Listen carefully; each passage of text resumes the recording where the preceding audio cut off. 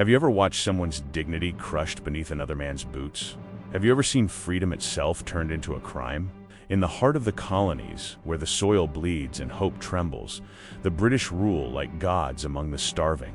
Their laughter echoes over fields they never tilled, over homes they never built. And those who dare to dream of liberty, those humble souls called patriots, are left to swallow humiliation with their daily bread. Margaret Hale was one of them, a widow, a servant, a woman bound not by choice, but by survival. Every dawn she kneels on cold stone floors, scrubbing away the filth of a tyrant's home, her hands raw, her silence her only shield. The man she serves, Harold Whitmore, calls himself a loyal son of the crown, but loyalty for him means cruelty, power, control. Stay with me until the end, because what you are about to hear is not just her story. It is the story of every heart that refused to kneel, even when the world demanded it. And it all began on a winter morning, when Margaret's tears fell into the dust of Whitmore's house, and something inside her finally broke. Welcome, my fellow patriots. From which city are you watching today? Check if you're already subscribed, give this video a like. And now, let's begin our story. The sound of boots against the wooden floor was enough to silence every breath in the room. Whitmore's presence was like a shadow that swallowed all warmth. His perfume of imported wine and arrogance filled the air, heavier than the smoke of his pipe. Margaret stood still, her hands trembling as she poured his drink, a simple task that had become a test of endurance, of submission. When a single drop slid from the edge of the cup and stained his polished boot, time froze. Whitmore's eyes, pale and merciless, locked on her. "You rebels breed like rats," he hissed, his voice dripping with contempt. Then came the command, cold, deliberate. "Kneel." The floor was rough beneath her skin. The grain bit into her knees until they burned. He watched her like a hunter studying a wounded animal, enjoying every second of her disgrace. Around them, the servants turned away. None dared to move. None dared to speak. It was safer to let cruelty do its work.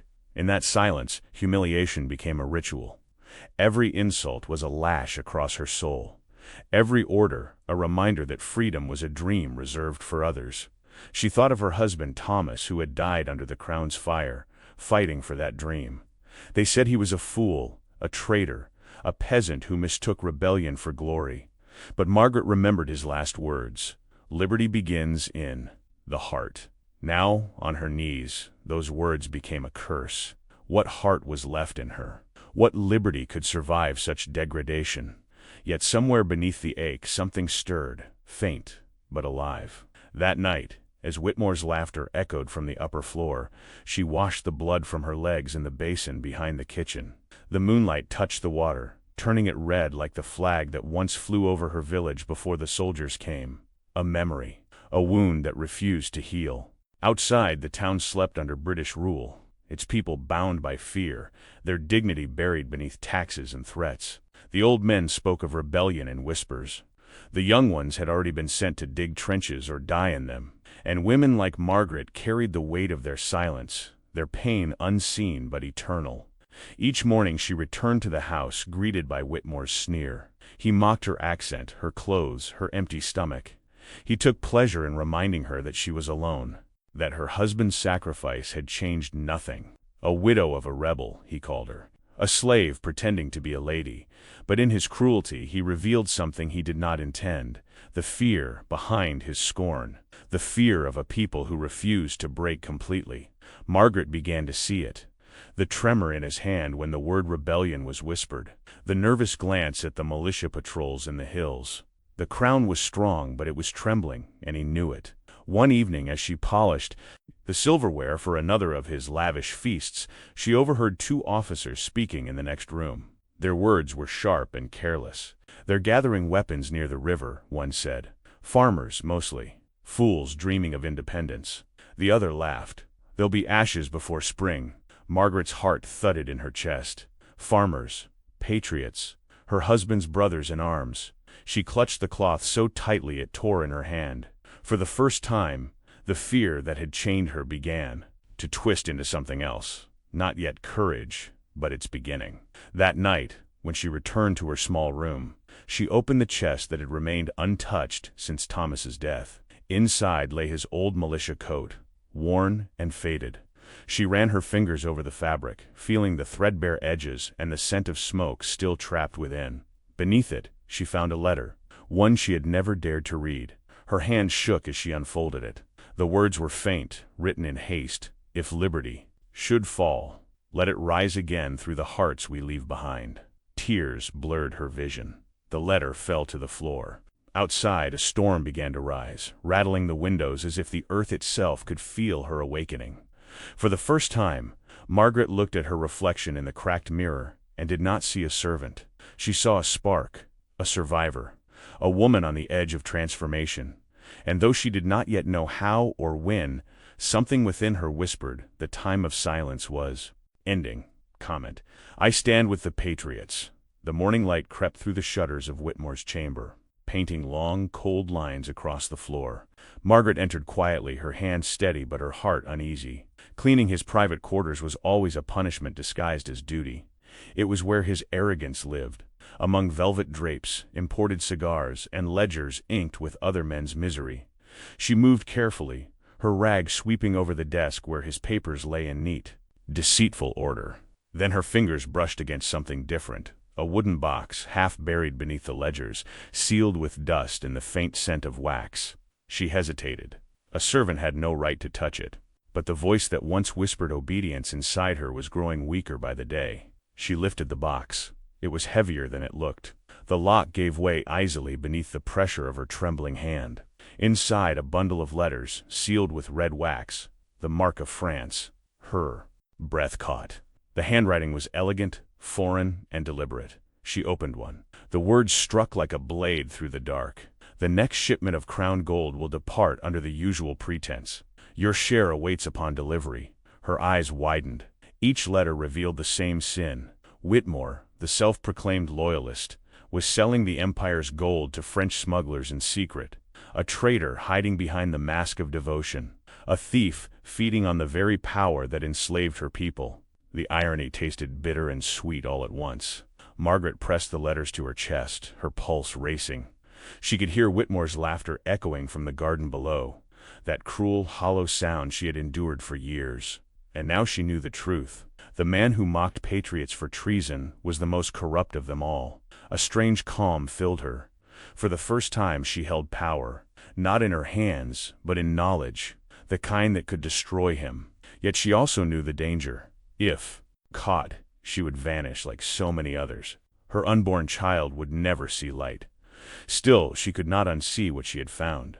That night she hid the letters beneath the floorboard of her room, beside her husband's coat. The same place she had once buried her grief now held a weapon, a quiet rebellion, wrapped in parchment and sealed in betrayal. Days passed. Whitmore grew restless. His shipments delayed, his temper sharpened. He accused the servants of theft, of disloyalty, of secret dealings with the rebels. One morning, he struck a young stable boy for dropping a saddle, calling him a filthy colonial spawn. Margaret watched the boy's tears mix with dirt and blood, and in that moment, something inside her hardened. She could not wait for justice to come. She would have to deliver it herself. The revelation of Whitmore's deceit became her burden and her purpose. Each time she saw his face, she saw not a master, but a coward, a man who wore the uniform of tyranny while selling his soul for gold. The hypocrisy burned hotter than her own shame had ever done.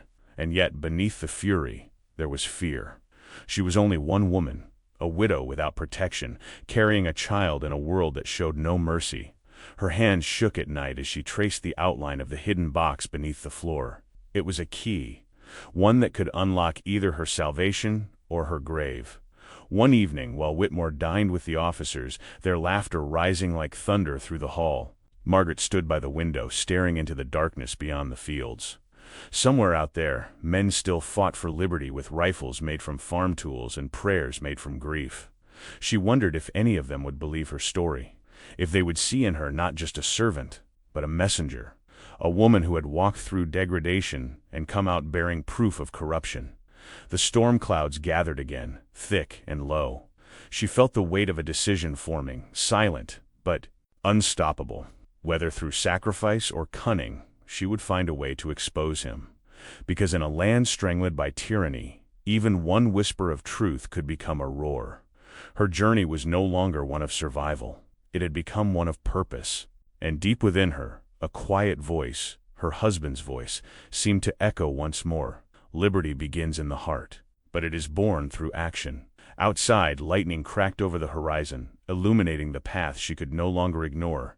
Each night, the candle burned lower, its trembling flame matching the rhythm of Margaret's heart. The letters lay spread before her, whispering betrayal in the flicker of light. Treason, gold, French wax. Whitmore's name written in elegant, poisonous ink. Every line was a blade, cutting away the illusion of his loyalty. He was not a master. He was a viper wrapped in the colors of the crown. She folded the papers carefully, pressing them to her chest as if they were sacred. They were proof not only of his corruption but of something greater, that even those who held power under the king's name could rot from within. Yet proof meant nothing without courage, and courage could cost her everything. By day, she played the obedient servant. Her hands scrubbed his silver, her lips spoke only yes, sir, and no, sir. But behind her silence, a storm gathered. Every insult struck her differently now, not as humiliation, but as fuel. When Whitmore mocked her for her husband's death, she looked at him and saw a man built on lies. When he shouted, she did not flinch. She had seen the truth, and the truth made her unafraid. Still, fear lingered like smoke. It followed her through corridors, into her prayers. Each night she whispered, "Lord, give me strength not to fear those who think they own us." The words trembled, yet they hardened something inside her. Fear was not her enemy anymore. It was her teacher. The village beyond Whitmore's estate had grown quieter. Soldiers patrolled more often. Men disappeared. The rebellion was spreading like fire under ash, unseen but alive. Margaret overheard the officers talk, captured patriots, burned farms, mothers begging for mercy that never came. Every story deepened the wound in her heart, but also sharpened her resolve. Then, one cold morning, the hidden letters almost betrayed her. Whitmore's steward entered her quarters unannounced while she was changing the linens. The box beneath the floorboard gave a faint creak. Her breath caught. The man's gaze lingered too long. "You've been restless lately, Mrs. Hale," he said with quiet suspicion. "Perhaps the master will want to know why." She forced a smile. Restless women are of little concern to men like him. He grinned, cruel and knowing. But when he left, she collapsed to her knees, shaking. For the first time, she truly understood the danger. The walls around her were closing in, and one wrong move could end her journey before it began. That night, unable to sleep, she walked into the fields behind the house. The wind was sharp, the moon veiled. She looked toward the distant hills where she imagined the hidden camps of patriots, poor farmers, wounded soldiers, men and women who refused to bow. Somewhere among them was the spirit of her husband, still fighting through others. The thought filled her with both sorrow and courage. She knew then what she must do. The letters could not remain hidden forever. They needed to reach those who could use them, those willing to expose Whitmore and his treason to the very crown he served. But how could she deliver them? The roads were watched. Every messenger was searched. One word in the wrong ear could condemn her and her unborn child. As she stood in the darkness, a sound reached her, the distant echo of a song, a hymn once sung by the soldiers of the militias, a melody of defiance, of faith born from suffering. She closed her eyes and listened, tears running down her face. It was a reminder that liberty did not come from comfort or safety. It came from sacrifice. When she returned to her room, she opened the box once more and kissed the wax seal of the first letter. Her decision was made. She would no longer be a witness to corruption. She would become its reckoning. But first, she needed an ally, someone she could trust, someone who still believed that a servant's voice could carry the weight of truth. The candlelight flickered across her face, casting long shadows on the walls. In them, she no longer saw the timid widow of a rebel. She saw a woman transformed, a heart tempered by pain, ready to defy the empire that had tried to break her. Outside, the wind howled through the valley like a warning, or perhaps a call. The crash shattered the silence like a musket shot.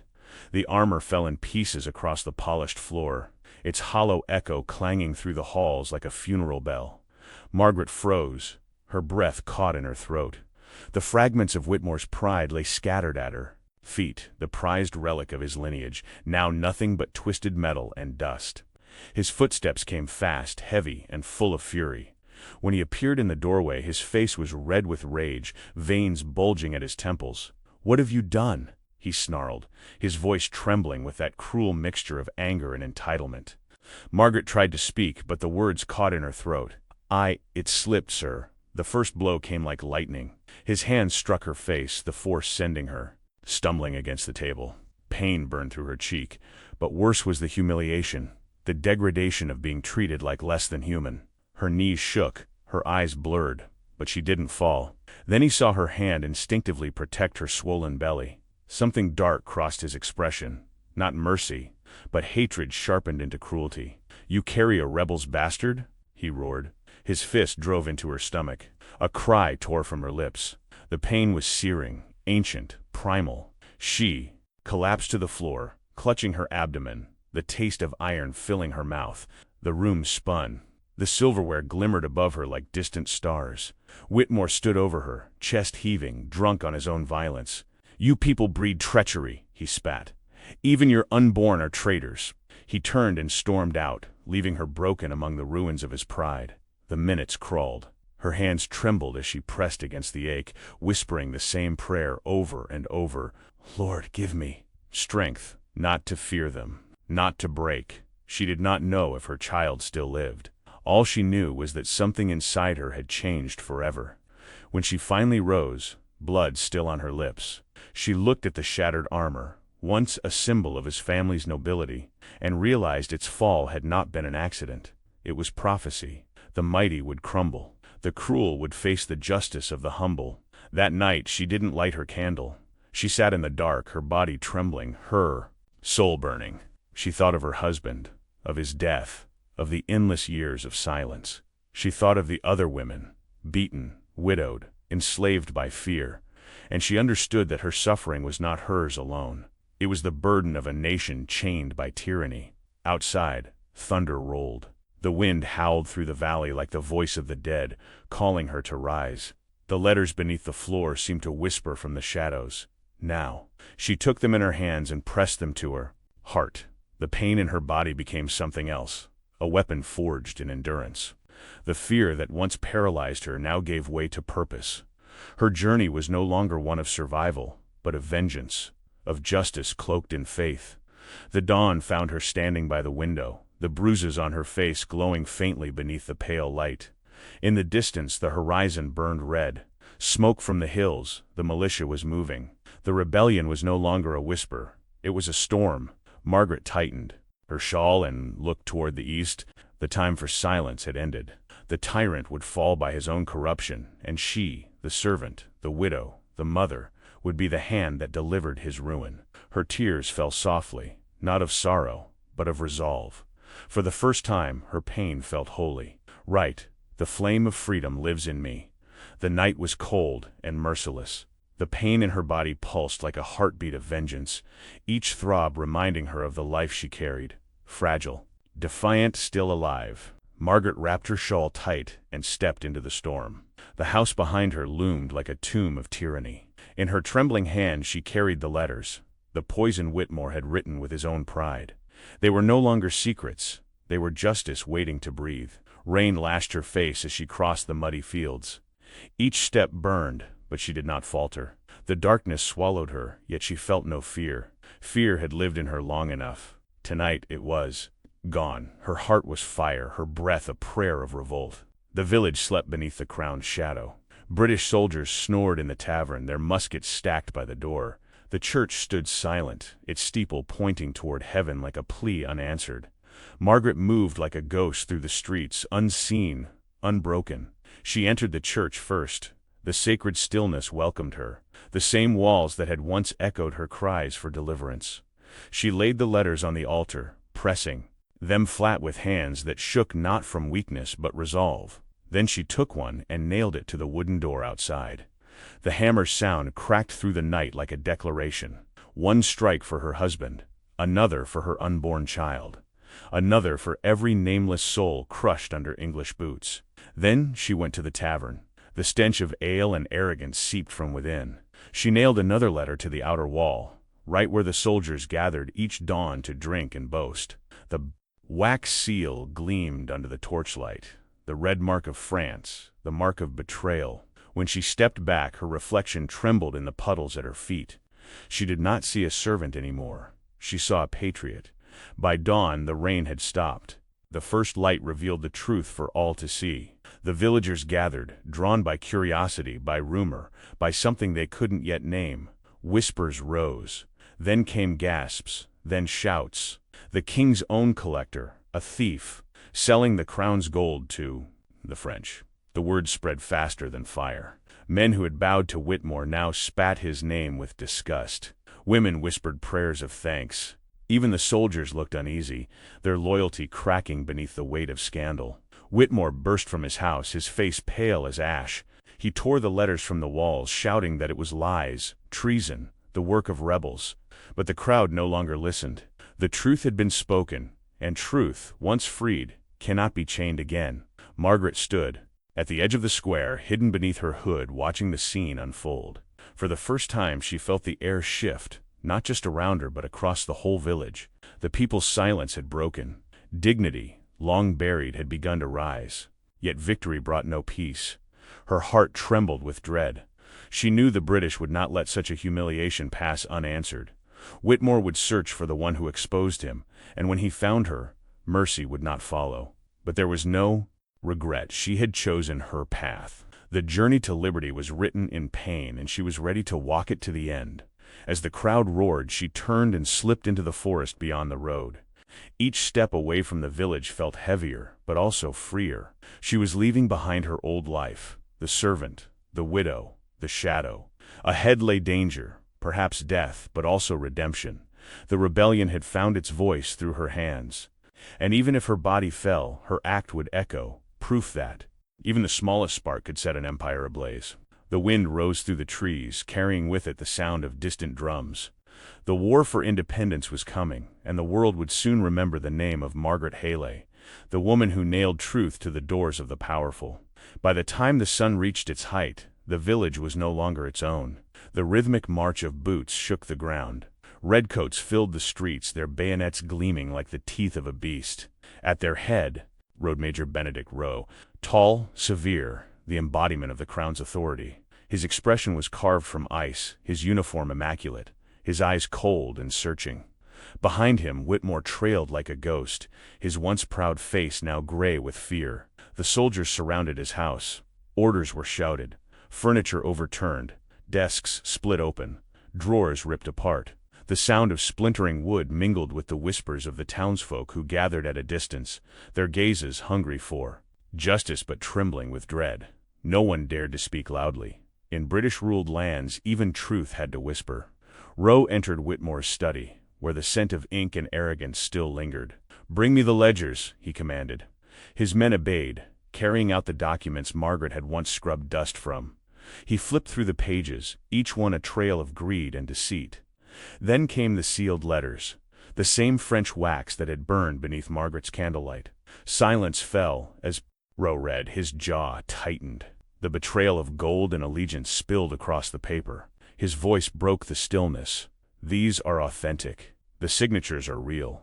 Whitmore stammered, his voice cracking like thin glass. Lies, forgeries, a rebel's trick, but even his own men avoided his eyes. The weight of guilt hung too thick. Rowe turned slowly, his words cutting with the calm of a blade. "You have stolen from His Majesty's treasury, sold our gold to the enemy. You have shamed the uniform you wear," he signaled to his men. "Arrest him." The sound of chains replaced the clatter of command. Whitmore struggled, cursing, pleading, but no hand came to his aid. The villagers watched from afar, the same people who had bowed before him, who had endured his contempt. Now they stood taller, their silence filled with a strange, dangerous pride. Margaret stood among them, her shawl pulled low, eyes lowered as the soldiers questioned each servant. Her heart pounded with each passing moment. One wrong glance could unravel everything. "You served here?" a soldier asked, his tone sharp. "Yes," she whispered. For years. Did you know of this treason? She shook her head, keeping her voice steady. The master kept his secret, sir. We knew nothing but the sound of his anger. Rose's gaze swept the room. It lingered on her for a moment. Not suspicion, but curiosity. Something in her stillness unsettled him. Perhaps it was the calm of one who has seen too much. But then he turned away, consumed by the theater of Whitmore's fall. As the chains clinked and the soldiers dragged Whitmore outside, the air shifted. The people no longer saw a master. They saw a man stripped of power, begging for mercy he had never shown. The humiliation that once belonged to them now rested on his shoulders, and in that reversal lay the first true taste of dignity. Yet justice in the hands of tyrants is never clean. When Rose spoke again, his words dripped with calculation. This crime will not go unnoticed by London. But someone must have delivered these letters. Someone within these walls aided the rebels. The crowd stiffened. Fear slithered back into the air. The storm had not passed. It had merely changed direction. Margaret's pulse thundered. Her secret burned in her chest like a living flame. She had won a victory, but at a cost yet unseen. The rebellion had claimed its first echo in the heart of the oppressor's house, and now the fire was spreading. As Whitmore was dragged away toward the waiting carriage, his eyes met hers for a fleeting instant. Recognition, hatred, the awareness of betrayal deeper than any wound. She turned before his voice could reach her, holding her breath as the sound of hooves faded down the muddy road. The village exhaled. The soldiers remained. Major Rowe stayed behind, his suspicion coiling like smoke. And in the shadows of the church, Margaret prayed once more, not for mercy, but for the courage to face what was coming. The war for independence was no longer a distant rumor.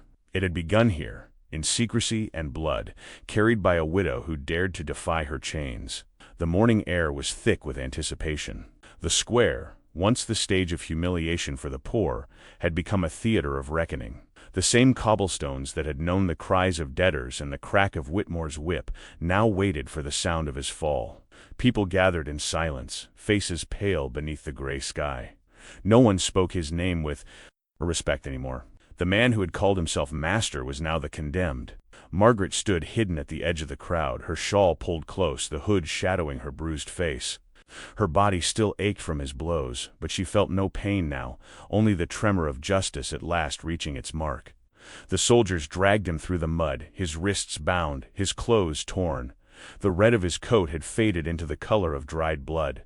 His hair hung in his face, his boots heavy with filth. The proud tax collector, once the terror of the town, was now a spectacle of disgrace.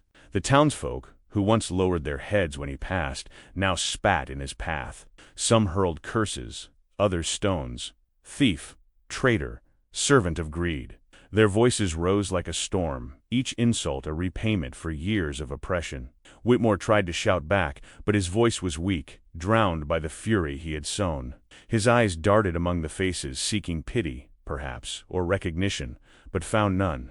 The dignity he had stolen from others had turned to ashes in his own hands. Major Rowe rode behind him, unreadable, his authority cold and final. The gallows loomed in the square's center, built where Whitmore once stood to announce taxes and punishments. The irony was cruel and perfect. Margaret's heart pounded as they forced him up the wooden steps. She remembered the sting of his hand, the pain in her belly, the night she thought both she and her child would die. Now that same hand trembled before the noose. When the charges were read, the crowd fell quiet. Harold Whitmore, the officer declared, "By decree of the Crown and judgment of the court, you are found guilty of treason against His Majesty's treasury. Your corruption has stained the honor of the empire. Your punishment shall be death by hanging." The words echoed like a hymn of justice. Whitmore's face twisted with terror. "I serve the king," he screamed. "I obeyed his laws." But no one listened. The rope tightened around his neck and the platform shuddered beneath him. The drum rolled once, low and slow, and then silence. The trapdoor fell. Gasps rippled through the crowd. For a brief moment his body swung above the square, the wind tugging at his lifeless form. Margaret's eyes filled with tears, but not of sorrow. It was not joy either. It was something deeper, a release of years bound in fear, a mourning for every soul broken under his cruelty. Justice was not sweet. It was solemn, like the tolling of a bell. For the dead. As Whitmore's body stilled, the soldiers cut him down. His fortune would go to the crown, his name erased from ledgers and memory. Yet the people would remember not his wealth, not his title, but his fall. The man who had served tyranny had been consumed by his own betrayal. Margaret turned away, her heart heavy but resolute. Around her, whispers stirred, talk of rebellion, of new hope, of a God who had not forgotten the oppressed. The villagers stood taller now, their silence broken forever. The gallows had become a symbol, not of fear, but of awakening. She walked toward the edge of town, her steps slow, steady. The sky above her cleared, revealing a fragile light pushing through the clouds. Freedom was no longer a dream whispered in corners. It had found breath in the courage of the broken.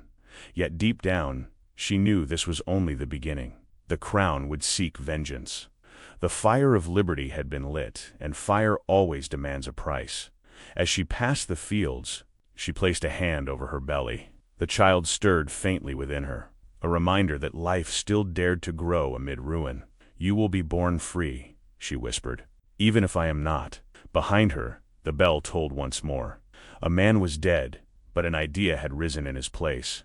The gallows still creaked in the wind when the looting began. Soldiers tore through Whitmore's house like vultures feeding on a carcass, their laughter echoing down the corridors where, only days before, servants had walked. In silence, paintings were ripped from walls. Silverware clattered into sacks. The crown's justice had claimed its man, but its servants had come for his spoils. The air reeked of smoke, sweat, and greed.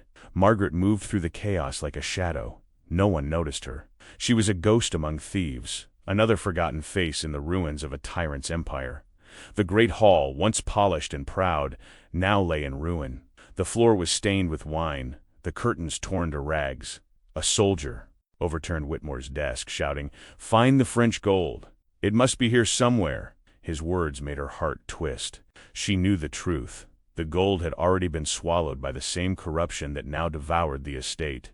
In the corner of the room, beneath the broken portrait of the king, she found it, a small leather pouch half buried under shattered glass. Her trembling hands reached for it. The weight was modest, but it sang of something far greater. Silver coins, the people's. Silver, taken by deceit, soaked in the sweat of their labor. She held it close, feeling its chill seep into her skin. Around her, the soldiers argued over spoils. One filled his pockets with rings. Another kicked the corpse of a servant who had tried to stop them. "He should have bowed lower," the soldier sneered. The laughter that followed curdled her blood. Dignity had no place under redcoats. Only greed, only cruelty. Margaret slipped through the side door, clutching the pouch beneath her shawl. The wind outside was sharp, carrying the scent of rain and ash. The village square was nearly empty now. The crowds dispersed, the gallows alone with its silence. She stopped there, looking up at the rope swaying gently in the breeze. The same rope that had ended one man's life, and perhaps, unknowingly, awakened many others. She whispered into the wind, "This belongs to no king, only to life." The words came not as defiance, but as a vow, quiet, unbreakable. With that small act she claimed back a piece of what had been stolen, not for wealth, but for survival, for the unborn child who stirred within her, for the dream of liberty that refused to die, no matter how many were crushed beneath the weight of empire. She walked through the fields beyond the manor, where the soil was heavy and dark. The cottages stood in silence, their windows boarded, their people watching through cracks with wary eyes. When she knocked on the first door, an old woman answered, her face worn, her voice trembling. Margaret placed a few silver coins in her hand. "For your bread," she said simply. From the hands that took it, the woman's eyes filled with tears. She did not ask questions. She only whispered, "God keep you, child." Margaret moved from house to house, leaving small offerings where hunger had long reigned. No one knew her name. No one dared to speak it. But when she was gone, the people whispered of an angel who walked through the ashes, carrying redemption in her palms. A spirit of rebellion disguised as mercy. By dusk, the pouch was nearly empty. She kept one coin, smooth and cold, and slipped it into her pocket, a reminder that even the smallest act of courage could defy an empire. The horizon burned red again, not with fire, but with the setting sun. The fields glowed like blood. Margaret stopped at the edge of the road and looked back at the distant silhouette of the manor, a monument of greed collapsing into dust. The soldiers would leave soon, their plunder heavy, but their victory hollow. They could not understand what had truly been lost that day. Their fear had birthed the people's courage. She turned her gaze toward the hills, where whispers spoke of patriots gathering. Farmers turned soldiers, women turned messengers, faith turned defiance. She would find them. Her journey was not over. Her sacrifice had only begun. The night fell, and with it came a stillness that felt like destiny itself holding its breath. The nights had grown long and cruel, the kind that steal warmth from the bones and silence even the crickets. Autumn had crept into the valley, painting the world in the colors of decay. Margaret's cabin stood alone on the edge of the woods, a fragile refuge built of faith and will. Inside, the air was heavy with pain and prayer. Her cries mingled with the howl of the wind, raw and unrestrained, echoing through the trees like the voice of a wounded nation. She gripped the edge of the wooden table, her breath shallow, her body trembling from exhaustion. Every contraction was a storm, tearing through her like the memory of the blows she had endured. Yet she refused to surrender. Her mind clung to the image of Thomas, her husband, the fallen patriot, and to the words he had once spoken on their wedding night. The day will come when even the unborn will rise for liberty. And then it happened, a sound that split the silence like the first cry of creation. The child's voice, piercing and pure. A fragile, defiant life that had survived cruelty, betrayal, and despair. Margaret gathered him into her arms, tears streaming down her face. The fire beside her flickered, its glow trembling across her pale skin. She whispered, "You will never bow to tyranny. Your father died a free man, and your mother lived to see justice done." She named him Liberty, not as a word of pride, but as a promise. The name carried the weight of all who had fallen. Farmers buried in unmarked graves, mothers who starved so their sons could march, children who had never known peace. It was not a name for one life, but for all lives still waiting to be free. The morning came quietly. The first light broke through the frost-covered window, and the forest breathed again. Smoke rose from the hearth, curling upward like a prayer. Margaret stepped outside, wrapping the newborn in her shawl. The air was cold, sharp, and alive with the scent of earth and rain. In the distance, she saw the mountains turning gold beneath the dawn. The same hills where the Patriots trained in secret, where rebellion was no longer just a dream whispered in fear. The world felt still, yet she could sense it, the shift beneath the silence, the gathering storm.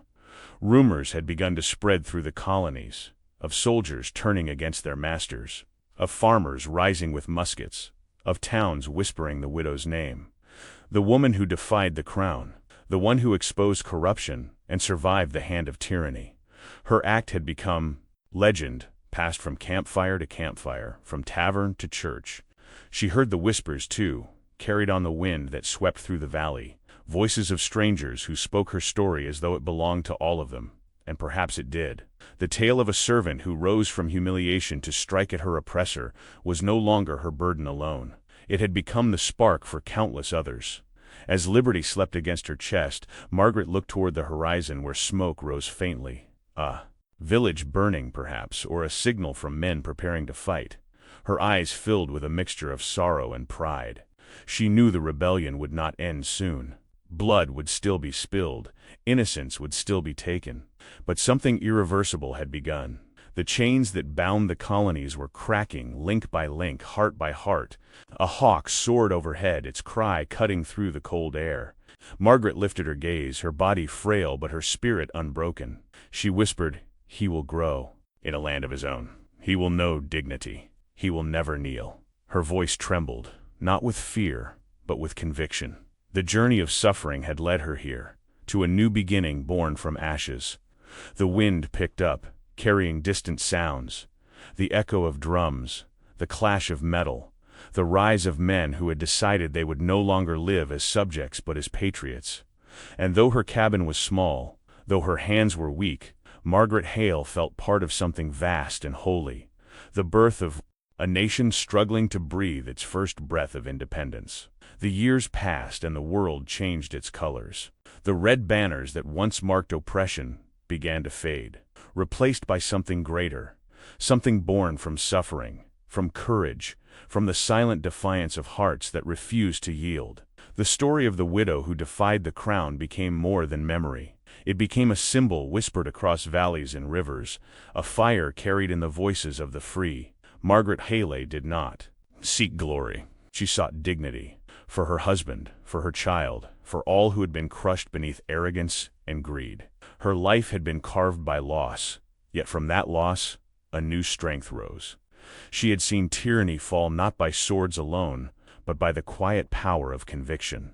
Her sacrifice, her pain, her endurance, all became threads in the fabric of a nation being born through rebellion and grace. In time, her son would walk upon the same soil she once bled upon. He would grow beneath a flag not of kings but of people, and though his mother's hair had turned to silver and her steps had slowed, her gaze still carried the same fierce light that had faced down despair. When she looked at the dawn, she saw not just another day, she saw the promise of independence, still fragile, still burning, but alive. The world would remember her not as a servant or a victim, but as a mother of liberty, one of those unknown souls who lit the first sparks of resistance when all hope seemed lost. And long after her name was forgotten by kings and officers, the essence of her struggle would live on in every man and woman who dared to stand tall against injustice. Because liberty is not a gift, it is a debt paid in tears and blood. It is carried forward by those who will not kneel, by those who believe that even the smallest act of courage can ignite a revolution. And somewhere, across the winds of time, Margaret's voice still echoes, "You will never bow to tyranny." If you felt her strength, if her story reached something within you, let it stay alive. Keep this fire burning with me. The tale of one widow's defiance is the tale of us all, bound by struggle, sacrifice, and the dream of a world where no soul lives in chains. Right. The flame of freedom burns in me, and when you do, I'll know you stand with her and with every patriot who chose honor over fear.